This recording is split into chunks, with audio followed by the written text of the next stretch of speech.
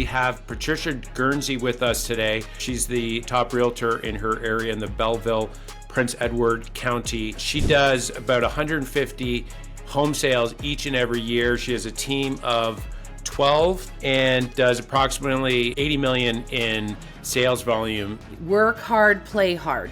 If I don't invest in myself, who will invest in me? I am my biggest asset. All right, welcome to the Mark Faris Experience. Super excited. We have Patricia Guernsey with us today. Patricia, welcome to the show. Thank you very much for having me. I appreciate it. Yeah, and so you and I, we've had a lot of conversations through the years, and just sharing best practices in networking, and I really want to dig into your backstory on how you got started and what you did to be able to really get to that next level. As most entrepreneurs look at you and they see super successful entrepreneur, strong business, female out there that really wants to be able to take it to that next level, and you've definitely done that. So why don't we go back to the very beginning of what actually was going on in your mind when you said, you know what, I actually want to get into business for myself, and maybe you could share kind of the origin story of Patricia. Well, the origin story of Patricia is a little bit probably different than most today. I always worked in a setting where sales mattered. Whether I worked in a bar, I worked in a jewelry store, and at an early age, even in high school, I found that I was very good at sales. I was an influencer on people, and understood how to make them coming around to my way of thinking, I guess, if you will, but for the greater good, not for the bad, like when things are the right way, and trying to understand people. So it came very naturally to me, and I got into sales or into real estate quite young. Actually, I was 21 years old. It came upon me suddenly. I didn't expect it. If I were being completely honest, some of my bartending days, there was lots of realtors in there, and you were going back into the 80s. If you think about it, it wasn't a very, the profession was not well respected, and understandably so, because if you saw where they were during the day with me, in the bar, it wasn't exactly the place you wanted to be. And I just remember thinking, I can't believe that these, how they behave themselves and so forth. And so I was always exposed to it early. So I had an opportunity through a broker that kind of recruited me and brought me onto the business. But I will tell you, Mark, and for many people, I'm sure they would understand this, I was like 22 years old, maybe 23 at the time. It was in the early 90s. It was after the big crash in 89. Nobody was selling anything. And I got into the business, and you soon realize it's not what you know, it's who you know, it's all sorts of things. I must have cried for a year straight, like completely. I was defeated. I got out of the business, went back to what I knew how to do, and did it well. And somebody called me one day and said, there's a gentleman in our area who's overwhelmed looking for an assistant. And I remember thinking, I don't want to do that anymore. I felt so humiliated and defeated. And so they talked me into going into the interview, and I did. And my license was shelved at the time. I hadn't finished my 3 articling courses back then. And when I wasn't there 20 minutes, and he said, "You're hired." And I was like, oh, I'm not sure about this. So, he hired me back. He was difficult at best to work for, but I learned so much from him in 5 years. It was like going to college or university and getting a business degree to some extent, not a perfect one. But I just remember thinking, oh, I get it now. I can do this. And if it wasn't for that, I'm not sure I would be here today, honestly. Wow. So this is such a great example for entrepreneurs. Sometimes I think that, you have to get it right the first time, and you got to start on your own. And what you were able to do was, well, you took another shot on it, but you just went in a different direction. And this is such a great tip for entrepreneurs starting off, is that, sometimes the best way is to go work for somebody and really learn the way the business works and the way it's structured. And you may just be more of an entrepreneur, so you're working within another company, and you could be super successful there as well. And maybe you're in that environment, and then you realize, you know what, I do want to do my own thing and build a business on my own that way. But you just went in a different direction. So I'm really curious. So you started and you took that role. He offered you the job, and you said, yes, I want to do it. So you stayed. You got back into real estate. What was the steps that you did to go from working for somebody in the business to doing your own thing and going out? Well, the funny part is I started with him as his administrator. Now you got to go back. Now, if anybody who knows me, they know I'm be the worst administrator in the entire world. But back then there was no computers, no email. I mean, we literally had a roll of quarters and a pager. That was considered like in a phone book in your car. So like that was considered really being proactive, if you will. So that's how it all started back at in that sort of time frame. So as time went on, and within the first 3 or 4 months, he soon realized I had more benefit probably than sitting at a desk and taking care of business at the back end. So he asked me to get my license back out on the shelf. And so I did that and finished up my articling courses. He was difficult to work for, I'm not going to lie. But what I soon realized, and over my experience with him, and really, I would have stayed with him for a lot longer than 5 years, but life took a turn in a different way. But what I really realized was it was more about being organized. It was about running a business. It was about being thoughtful, calculating, not in a bad way, just sort of, how you did things.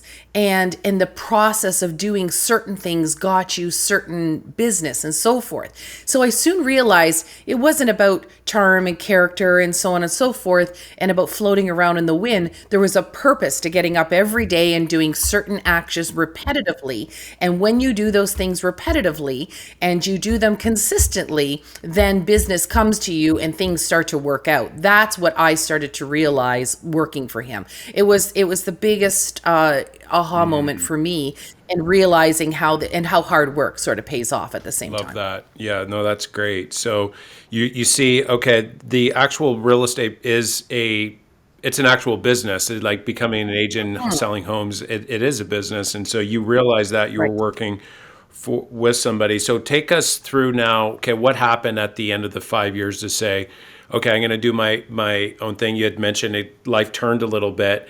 Take us through maybe the steps that you did to say, yeah, I'm going on my own, and maybe you could share that early struggle phase to really get your clientele list, and how was that for you? Well, when I did leave, I remember thinking, well, what the hell do I do now? you know? But what I did have was structure. And every morning I started at 8 o'clock in the morning and I didn't leave before 5. And I went into the office every day. Now, I understand that this might be a little bit more old school compared to today, but it was the habit that I learned.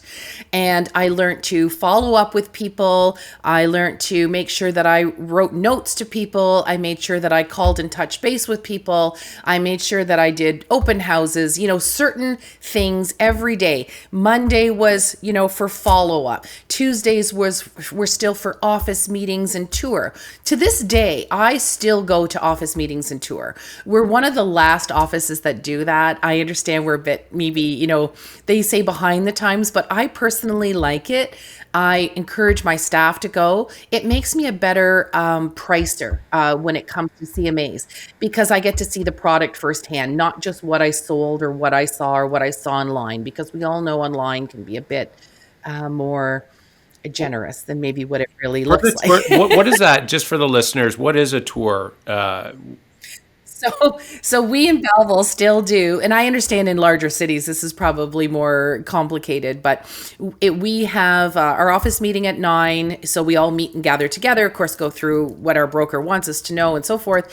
But right after our meeting, the agents who have new listings that week or possibly the week before, depending on what their schedule's been like, put their houses on tour. So somebody in their infamous, you know, priorities that morning, went through it, made a list and made a route So we all caravan, and so my staff will jump in my car, and we'll take the team car as a secondary, and other agents in the office, and we go to house number one, house number two. So this one might be on 123 whatever street. It's at 599, and the agent is typically there to tell you a little bit about the house. We just sort of whip through very quickly, take off our shoes, put our shoes back on, and go to number two. And we may have 10 houses, we may have 3 houses.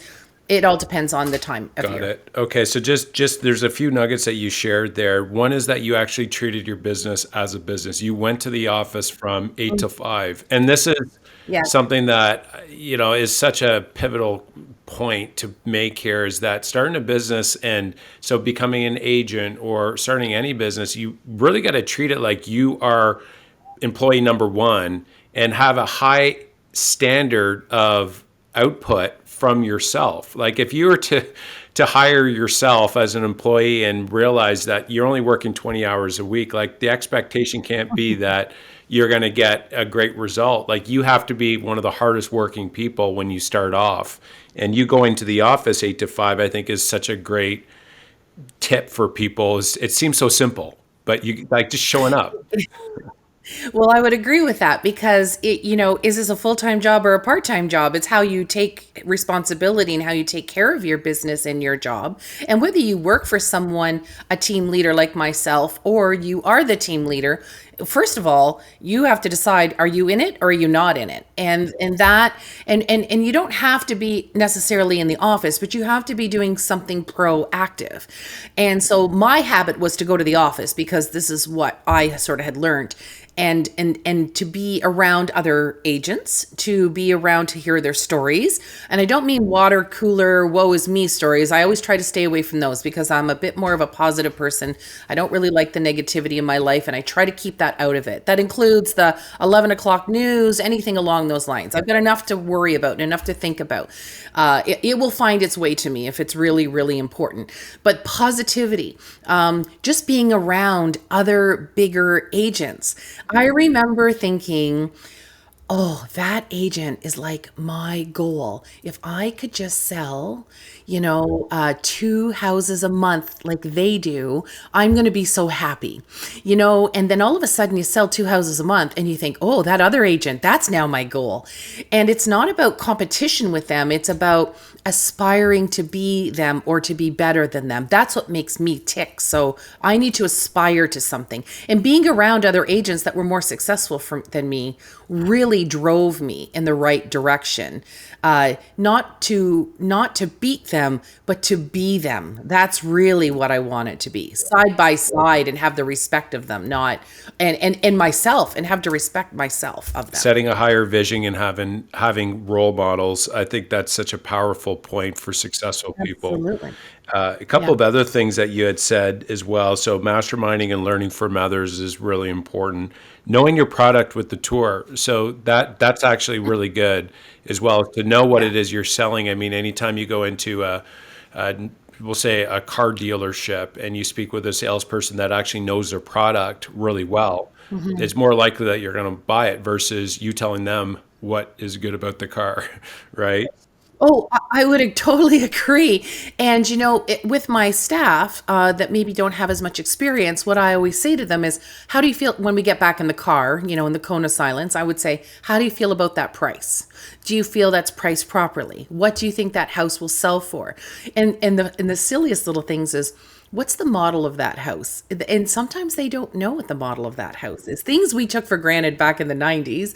And I would say a lot of agents, and it's just the knowledge of the area and so forth that I take for granted. I was a good mimicker. I always listened to my old boss, and I understood what he was talking about, and I would mimic in my own way his knowledge. And I can't believe more people don't take advantage of that, honestly. Well, that's what makes you a great leader, because you're pouring into other people and passing on that skill set that you've developed. The last thing I want to point out here that you said that I thought was really smart is when you started, and even now, you have theme days. So Monday was your follow-up day. Tuesday there was another day, and you had focus time. And that was one of the things. It actually helps me a lot is if I can batch and theme certain we'll say days, and then mornings and afternoons as well, versus like say doing like a half an hour every day. It's like if you can theme it, is actually, it works really well for a lot of people, and it works really well for me, and it seems that's you've used that for your success as well. Oh yes, I'm obsessed with my calendar and color coding. I now I'm have a bit of a different schedule, and I have the luxury of maybe not working as much on the weekends and so forth, and that's been over a 28-year cycle of having that. But to this day, Monday is all about catching up, feedback, following up in the morning. Monday afternoons is all about CMAs, and if I'm ever going to take a CMA in the evening, and I mean 5 or 5:30, not 8 o'clock, it's going to be on a Monday or Tuesday evening. It's not going to be on a Thursday, Friday, or Saturday. I have other days. I like Wednesdays to be a flex day, because if I have personal things to do or things to catch up on, or I need an easy day, just so I can put my Lulus on and work, but not necessarily be in front of people. That's an amazing experience that I've always kept on Wednesdays. And Thursday, is definitely a heavy day. You want to catch up on that, because I don't want to particularly work till 8 o'clock on a Friday.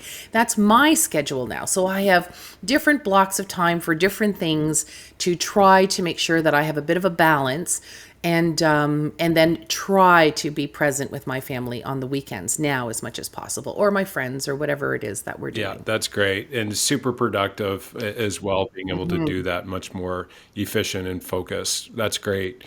So we make, as entrepreneurs, we make lots of decisions on a day-to-day basis. What helps you make quality decisions on a day-to-day? Are there any filters, or we'll just say decision making kind of skill sets that you've been able to implement to help you make better quality decisions on a day-to-day basis? Well, I'd say for me, it really comes down to what's right and integrity. They may not be always the best financial decisions. I'm not going to lie, but I have to live with myself still, and I have to wake up and I have to feel good about what I do every day when I go to bed. So I kind of live by the decision of, when I have to make a tough decision, I try to decide on honesty and what's right for people, or what's right for my team, or whatever it is the decision affects. You can't always control things, but you control what you do. And that's how I sort of live by my decision making when I do things. And I know some people will argue, or to be a little more throat cut, or, cutthroat as far as that goes. But it's not the way I run my business. I want to make sure that I sleep well at night. So I just think about, if I were on the other side and try to have it, if it was affecting me, how would I make those decisions proper? That's what Yeah, I try to do. no, that's great. Putting yourself in the other person's shoes, really good. That's such a great insight. And then, obviously being able to sleep at the end of the day, putting your head on your pillow, Yeah. super important. And what I found is, when you make those really good decisions, maybe sometimes they're not financially sound in the moment, you're Yes. actually investing in your reputation, which is the most important thing, the most valuable thing, the most, we'll say, lucrative, profitable thing you can invest in. So it's like, it's a smaller deposit in the moment. It seems like it's costing you something, but in the long run, it's actually compounding and turning into something even better. I would absolutely agree with that, because I feel my reputation in the area is very good, and it is something that I've worked hard at for 28 and so odd years. You take 5 minutes to ruin it, and one bad decision, and we've all made decisions that aren't great, but at the end of the day, as long as we learn from them and we own them and we do what we can with them, I think that's what people respect at the end of the day. Yeah, I recall, Patricia, one time that there was an offer that came in, and that it came in, and actually my assistant at the time had reviewed the offer, and it was for a lot, and we were selling, I believe we were selling two lots, and the offer came in, and for whatever reason there wasn't super clear on the agreement of purchase and sale, when it was countered back, that the buyer thought he was getting three, and the seller was selling two. And just long story, the survey wasn't attached, it wasn't clarified, because there was severance going on in the meantime, so there's a transition period. regardless, the offer came in and went back, and I didn't actually review it by the time my assistant, who is also licensed and has been in the business for a while, I missed and just didn't get to reviewing it, and it went back to the other agent. They accepted, and it ended up.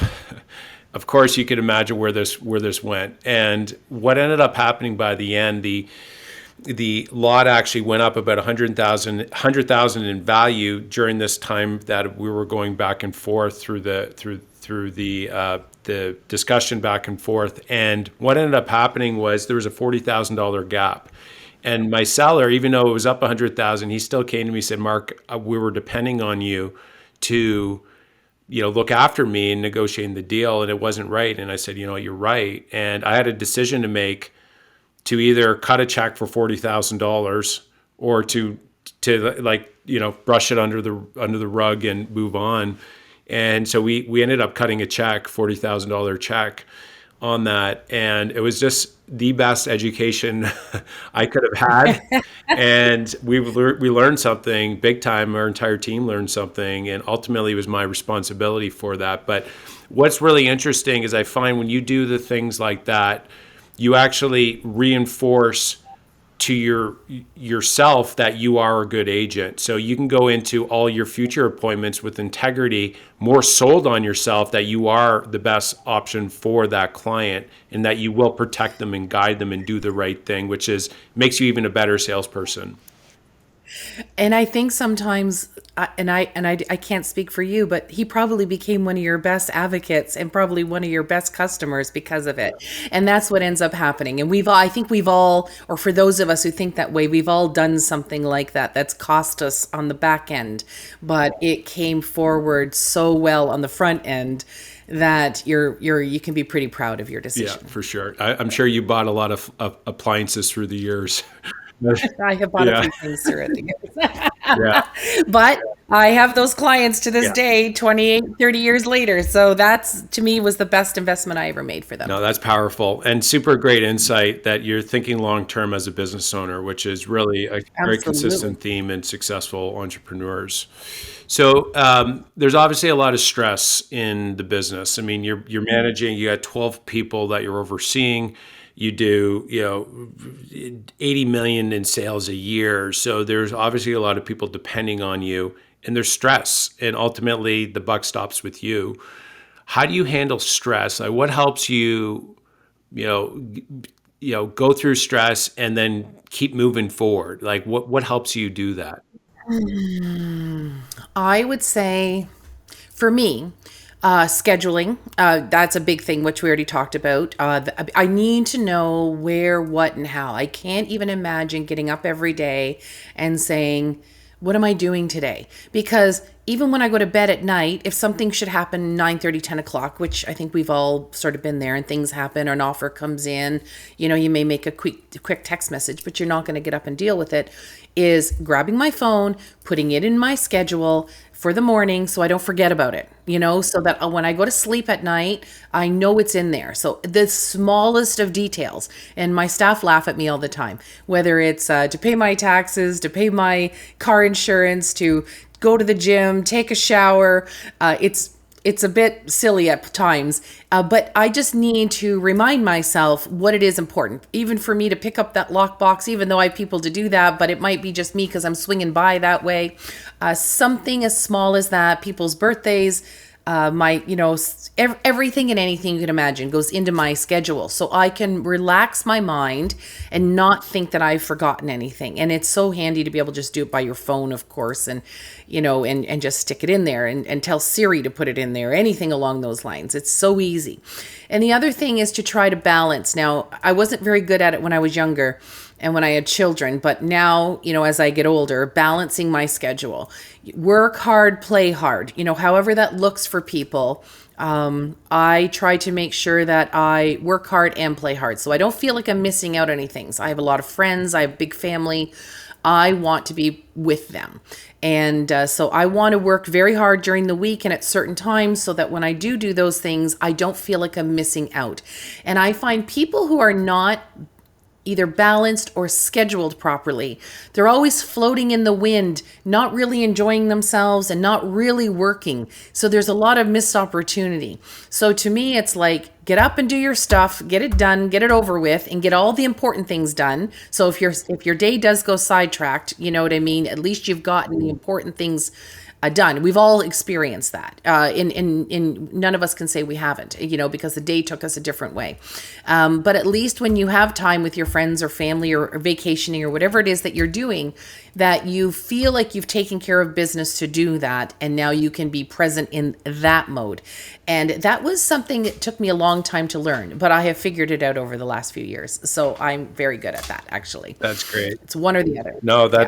that's great. Brian Tracy wrote this book, Eat That Frog, and it's Yeah. like do the important things at the beginning, do the hard thing in the Yes. morning before the day gets going. And for me, it's like anytime before 11 o'clock, if I have any important deep thinking work, that's the time to do it because my brain is sharpest. And by the time you get to the afternoon, it's your willpower actually depletes as you make more decisions through the day. It's actually proven that you have a certain amount of willpower every day. And, by the end of the day, your willpower shrinks to very minimal amount, which is Yeah, why it's so easy to go after that bag of chips at the end of the day or for veg sure. on networks or a Netflix there, right? So very cool. One thing I always found though is I was never a good sleeper because I was always worried about things or constantly thinking about things. And obviously, putting that down in my schedule made me sleep better. But the other thing too that I've gotten to is a better routine at night to sleep. Like I literally like to go to my bed at 8:30. I don't go to sleep. I like to have my routine in my room. I like to watch TV. I hate to admit this, but I'm a little bit of a TikToker at night. I like to scroll through, see happy things, check on all my animals that are, getting rescued or whatever's happening in their TikTok world. In my algorithm, it makes me feel good. So I understand that screen time is probably not the best thing to do before you go to sleep, but to me, I'm like just checking on everybody to make sure it's all good. But now I'm relaxed, so I go to sleep earlier and I get a better quality sleep, which makes me a better human during the day. And I never understood that till my late 40s before I realized how much sleep really, really affects it.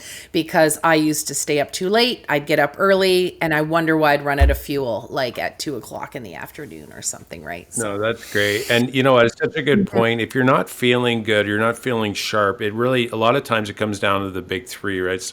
It's the sleep that you said, that's first and foremost, what you're eating, and then if you're gonna be exercising or not. That's the third one. And it doesn't need to be like this massive big workout, but some sort of physical activity is actually really helpful to be able to, you know, properly function, feel good, and then even sleep better as well. But getting to bed at a good time is key. I'm noticing that too now, Patricia, as well. Yeah, yeah, yeah. As we get Yeah, older, that's definitely more yeah. important. I'm in my 40s now, so that's that, and actually stretching is another one that Yes. I realize it's like I just got to stretch a little more often now because things, I tighten up a little Don't pretty. work like they used to. Yeah, so that's great. So, okay, now what do you think is as a leader, what do you think is one of the most important things or the top few things that you do as a leader to make you, we'll just say, valued to your team, your clients, and what is it that you can do maybe that nobody else can do that you feel is important? What is it that I do that's important? I'm going to say consistency. I like to think I'm very consistent. I'm not, one way, and then another way. I like to keep things consistent. I like to think I'm honest with them and to communicate with them as best as possible. And for anybody who's ever taken a Richard Robbins course or any sort of coaching, understanding their personalities is much more important than them understanding mine. It's my job to relate to them. So I think that, and that goes for your clients as well. So it's my job to be the chameleon, not them. I need to understand how to communicate with them and what's important to them and what they need to try to always stay and keep them in a positive Yeah, place. that's so important. There is to stay connected with team members and understanding what they need, and super powerful. Obviously, consistency as well, and then telling the truth. Right, candor Yeah. is really important as well. That's great. How about a failure or major kind of challenge that you had through the years, and maybe how did you overcome that challenge? Because as entrepreneurs, we always have lots of them, right? And Oh it's yeah. just like Yeah, yeah. it's like, okay, how am I going to overcome this? Like, how do you? Maybe you could share an example that you've had to overcome. I thought about this. And there's so many, like you said, you could get into the weeds about if I've made any mistakes, like I've made them. There's no question about it. Especially with team members, in my earlier days running a team when you didn't quite understand and you thought it was more about, I thought it was more about me than them. There was lots of those. But the one that always stands out in my mind the most is probably back in 2015 when the market was not exactly plentiful. I was trying to build this team. It was only 4 or 5 of us at the time. And I made mistakes along the way. I gave too many deals away, all of those things, you know what I mean? And what I found was my bank account depleting faster than it was growing, even though we were being quite successful. I didn't understand that budget scenario and how to take care of your money. I was going through that challenge and, which we've all done, I'm sure. I remember going to my investment guy at CIBC Wood Gundy and I said, I need $30,000 worth of RSPs out. And of course, at the time, I was only in my young 40s or, I had a mortgage, I had 2 kids. I just said, I need a cash injection into my business. And of course, he wasn't very excited about me doing that. My husband was, having heart palpitations. What do you mean you're taking out, $30,000 worth of RSPs or whatever the amount was? And I just remember looking at every one of them in different meetings, of course, saying, if I don't invest in myself, who will invest in me? And I believe in this team and I believe in myself and I believe what I'm doing, but I maybe not have made the right decisions or like the market wasn't exactly being cooperative. Now, somebody else would have slashed their team, taken their admin out or one of them, and maybe slashed down some of their employees. But I knew or I felt or I always believed that the market was going to get better, which it did. And I didn't want to disassemble this amazing team of people that I have finally figured out how to put together. I wanted to make sure that the cash flow injection at the time, which wouldn't even touch it today, but here or there, back then, that was a lot of money and it was enough to keep me afloat for a few months, that it would be like the investment I needed to keep everyone together. And I didn't want anyone stressing about their job. And I wanted to keep giving them deals so they could survive and I could just keep the wheels turning. I did that, although people thought I was crazy and so on and so forth. I am so proud that I did that today because it did exactly that. It kept us together. It got us through the times. And then all of a sudden the market changed around in 2017 and started to become more productive and more positive. And I also learned a few things along the way to not make myself get into that cash position again or as little as possible for the future. And so it was a really big pivot point for me. It was like business 101 and taking care of your staff at the same time. Yeah, that's great. And really investing in your own business, it's one of the best places to invest. And investing, you said something really smart as well, is investing in yourself, right? Yeah.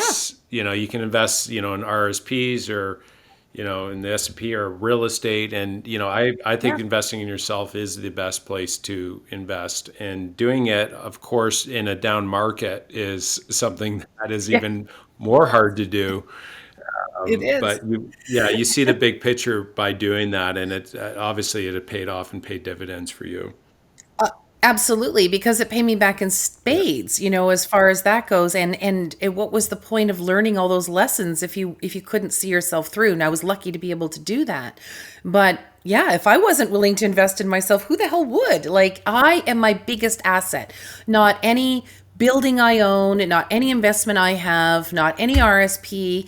It is myself. I am my biggest investment and always should be. And that is such a pivotal point there as well, is that you are an asset as a business owner, because if you figure whatever your income is, if you're getting, say, on average, say 10% in, say, the market, well, whatever you're making that year, times it by 10. So it would be the amount of income coming in that would be represent 10% of your asset amount. And so say if you're on average making, say you're making 100,000, you as an asset, 100,000 per year, you as an asset are worth $1 million. And if you start looking at yourself, as Patricia had mentioned, as an asset, as $1 million asset, or if you're making 500,000, a $5 million asset, all of a sudden you realize, oh my goodness, I should be not only investing in myself in, buying books and taking courses and getting the right mentors, but also I should be treating my body and my physical and what I'm eating and what I'm sleeping and all these things. Like, you're treating your body as an asset, yourself as an asset. When you see it like that, all of a sudden you start making different decisions.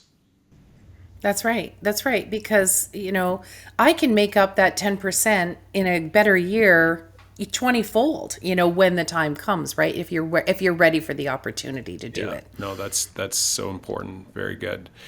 What advice would you give a new business owner to, like, they look at you and they're like, oh my goodness, Patricia, she's super successful. What advice would you give that young entrepreneur that's getting into business and they want to get to your level? What advice would you give them? I think I would say to them, hold on. And, the biggest thing I find is people think running businesses are easy. They're not. You have to be a risk taker. And I'll use my husband as an example. He's an amazing person. You've met him. He's not a risk taker. He knows more about business than I ever will. Like, he's a business major, he's all sorts of full of ideas and information, but he's risk adverse. And so if you're not a risk taker and you don't believe in that, glass half full and it's going to come and you're going to make it successful. If you don't have that gumption in the morning, there are people who should not run a business for those reasons. You have to give yourself a little bit of false sense of security and be able to jump off the cliff, financially, however it is, whatever it is that you're doing. And don't kid yourself. If you can't do those things and you have to have, everything in a certain spot in a certain place and know that you're getting paid every week, you shouldn't run a business. Now, that's not necessarily a positive scenario, but it's about making people aware. And if you're that type of person that's willing to take risk and go for it and do things, it's not going to be perfect. So those humps and bumps, you have to learn to weather through and take that on and not drive yourself so crazy that you drive yourself into major debt or to put yourself out of business, because that mindset will actually drive it down more than what you're actually doing. It's all in your mindset. So it's a little bit of I know you do this, Mark. You envision things, you make them happen, you think about how it's going to be, not what could happen sort of scenario. I think you and I are similar. You're a little bit more, 10 times fold than me, but it's the same sort of productional aspect in your brain of how that works. You get up in the morning and you say, what am I going to do today to make this better? Not what am I getting up for and sleeping in? I don't have anything to do today, so I'm going to sleep in. That's not the attitude you can get up with, as far as that goes. So that's really powerful. And how you see things. This is something that, successful people like yourself, you said it, glass half full. And, many others would see it as half empty. It's like, this is what's wrong with the situation. You're like, well, this is what I see that I really like about it. And it's so interesting that by just seeing it with, glass half full, or here's the opportunity that can actually spin off from that, you see the same exact situation differently. So what is good for you is like horrible for somebody else. Oh, yeah. Right? We don't know what to do with it, right? Yeah, for others. So that's a powerful point. And then you had said something as well that I think is really good. I think going into it with the expectation that this isn't going to be a breeze. And so grittiness and persistence is the key. And actually, when hard comes, because it is coming, it's here. Yeah. Then at that point, when hard does come, you can look at it and kind of look at it like, oh yeah, this is now part of the process. And you can almost look at it like we'll just say evidence that you are on the right track to success. Because if you don't hit hard, you're not in business, if you all business becomes hard at one point, and you can kind of look at it and minimize it and say, oh, it's almost like that's like a cute baby. It's like, oh, look, that those feelings of wanting to give up and hardship, that's part of the process. And if you can minimize it to, this is not going to push me off the bridge, or it's not going to push me out of business. This is now part of the process. I think that is a powerful mindset to have going into business. So when it comes, it's not going to kick you out of the game.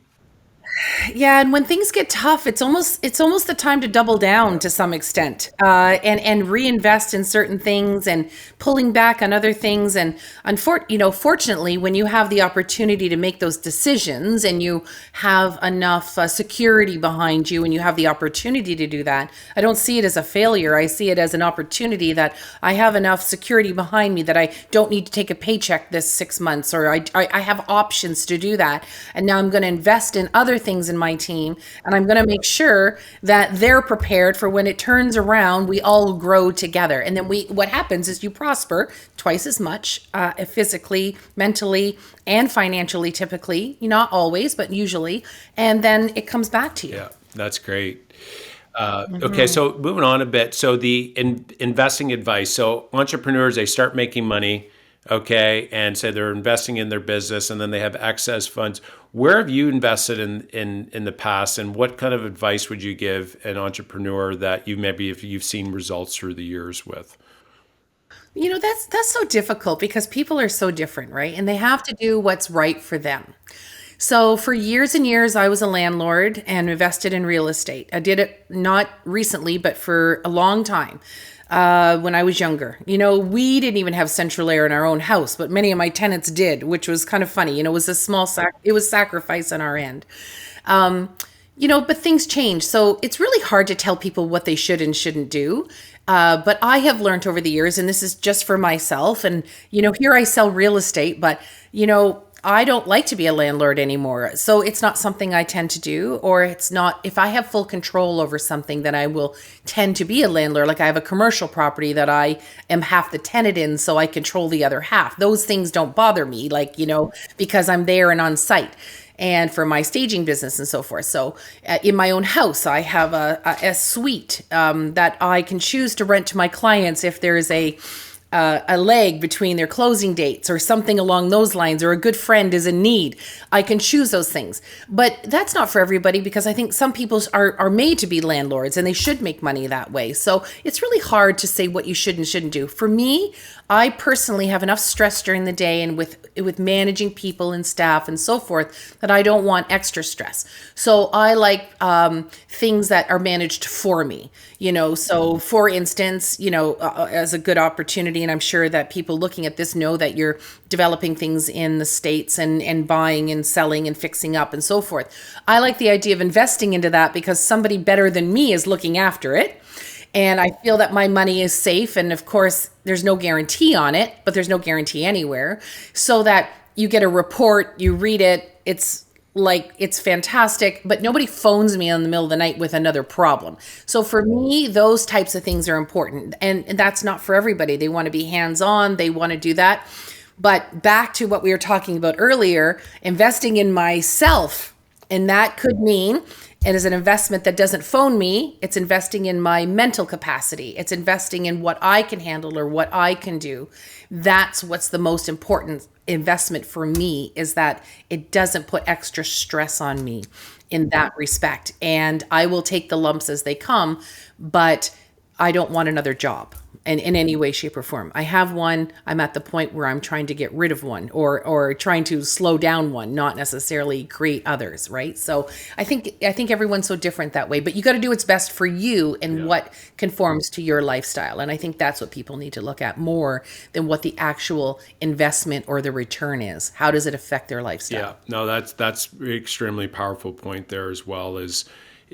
Some people like to be active, and their time is something that they want to actually do, and do it and manage it all themselves. And then for others, it's like coming into our real estate investment firm, Faris Capital. It's like we'll look after everything professionally, and get access Hmm. to these, larger apartment buildings down in these high growth markets. But it's actually coming in and partnering with a group like ours where there's no Yeah. maintenance, and that's attractive for others. And so that's I feel like I am a landlord of 300 yeah, doors, but I don't actually have to look after yeah, it.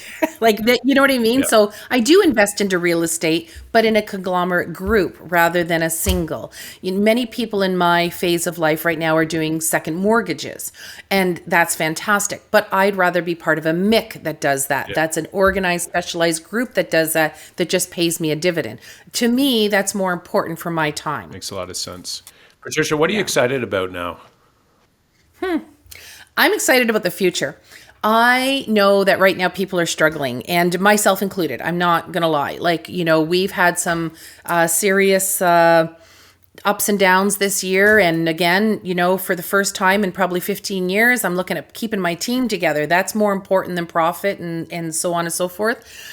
Because I know that this market jumps up and down. I know that it's going to come back around. I know it's going to get busier. So the future and the possibilities and the growth is what keeps me excited. It's not what's about happening today. Yeah, that's that. Yeah, and again, that enthusiasm about the future and that encouragement for the team. It's like as a team leader, you really need Yeah. somebody like yourself, Patricia, that is like, banging on the drum of, listen, you know what, we're going to some place better. There's a brighter future. We're heading there together. And that Yeah. the sun is going to be coming up anytime you're going through a challenging market. So that is such a great point of, and highlighting the point of you being a great leader, Patricia, for your team and thinking that way. I've seen that to be a very consistent theme in top producers. Very cool. Well, you ready for the rapid fire part of the interview here? I'm ready.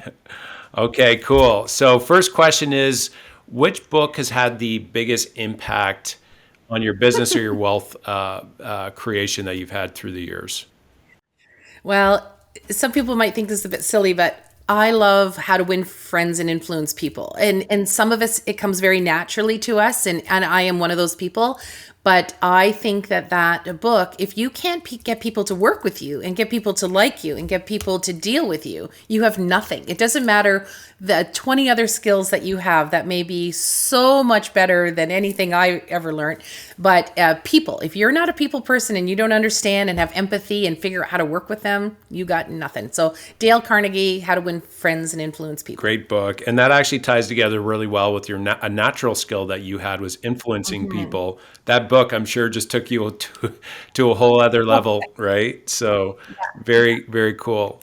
All right. In 3 words, so maybe 3 different words that would describe you best, of people that know you best, what would those 3 words be? I would hope that they are honest, that I'm strong, strong thinker, and that I have empathy. Yeah, those are 3 words that I definitely agree with.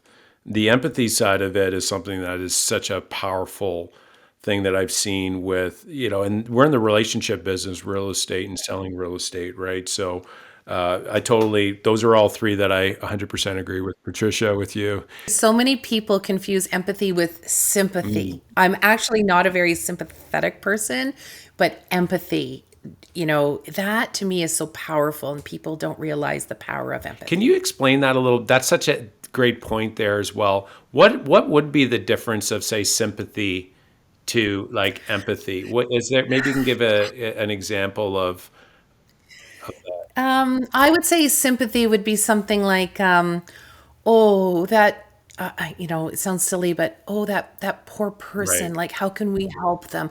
I'm not, I am not overly sympathetic. I truly admit Yeah. that. I am probably, I expect a lot out of Right. people. I give a lot. I expect a lot. Yeah. I don't have a lot of, oh, poor you. How can I make this better? But what I do have is, oh, I can understand why you think that way because of what you've been through. How can we turn that into a positive rather than a negative? Yeah. That's power. It's like you're not feeling sorry for somebody. It's like No, no, it's I'm that's actually, the I'm really, sympathy. really low on that Yeah. scale, almost to a point where it's embarrassing.